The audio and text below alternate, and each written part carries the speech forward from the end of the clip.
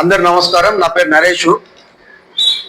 ఇప్పుడు తెలంగాణ రాష్ట్రంలో అసెంబ్లీ సమావేశాలు జరుగుతూ ఉన్నాయి. ఈ అసెంబ్లీ సమావేశాల్లో రాష్ట్ర ప్రభుత్వము బడ్జెట్ ప్రవేశపెట్టడం అనేటువంటి జరిగింది. అయితే ఈ బడ్జెట్ను మనం ఒక్కసారి ఆలోచన చేయాలి. టోటల్ బడ్జెట్ కేటాయించడం అనేటువంటిది 3.24 లక్షల కోట్లు బడ్జెట్ కేటాయిస్తే దాంట్లో ప్రధానమైనటువంటి రంగము, ప్రధానమైనటువంటి అంశం ఏదైతే ఉందో, ఈ రాష్ట్రం అభివృద్ధి కావడానికి కారణమైనటువంటి రంగం విద్యారంగం. ఈ విద్యారంగానికి రాష్ట్ర ప్రభుత్వం కేటాయించిన బడ్జెట్ ఎంత అంటే 26,674 కోట్లు.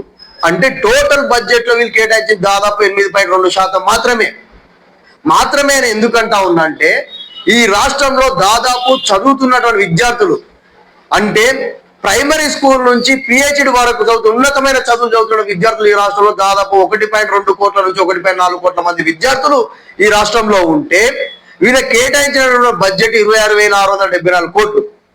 ఒక్కో విద్యార్థికి రోజుకు 55 రూపాయల నుంచి 60 రూపాయల కంటే ఎక్కువ రావట్లేదు. ఇది టోటల్ విద్యార్థులు చూసుకుంటే. ఒక్కో విద్యార్థికి రాష్ట్రము సంవత్సరానికి ఖర్చు చేస్తుంది ఎంత అంటే దాదాపు 20,000 నుంచి 22,000 మాత్రమే. మీరు ఒక్కటి అర్థం చేసుకోండి, ఒక ప్రైవేట్ స్కూల్లో లేదా కార్పొరేట్ స్కూల్లో చదువుతున్న విద్యార్థులకు ఎంత ఖర్చు అవుతా ఉంది. ఒక నర్సరీ చదువుతున్న విద్యార్థికి దాదాపు సంవత్సరానికి 30,000 కంటే ఎక్కడ తక్కువ ఖర్చు అవ్వట్లేదు.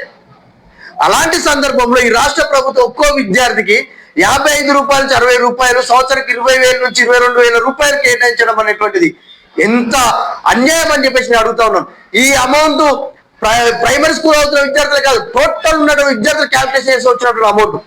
అంటే పిహెచ్డి చదువుతున్న విద్యార్థికి 20,000 నుంచి 22,000 బడ్జెట్ కేటాయిస్తే ఆ విద్యార్థి నాణ్యమైనటువంటి ఎడ్యుకేషన్, క్వాలిటీ ఎడ్యుకేషన్ ఏ రకంగా అందుకుంటాడని చెప్పేసి నేను అడుగుతా ఉన్నాను.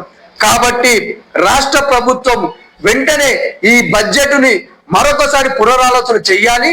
చేసి విద్యా రంగానికి 30% నిధులు కేటాయించాలి టోటల్ బడ్జెట్ లో. అట్లా కేటాయిస్తేనే ఈ రాష్ట్రం అభివృద్ధి అవుతుంది. ఈ రాష్ట్రంలో విద్యార్థులకు నాణ్యమైనటువంటి విద్య అందే అవకాశం ఉంది. కాబట్టి ఆ రకంగా రాష్ట్ర ప్రభుత్వం 30% నిధులు కేటాయించాలని చెప్పేసి నేను ఈ రాష్ట్ర ప్రభుత్వాన్ని డిమాండ్ చేస్తా ఉన్నాను.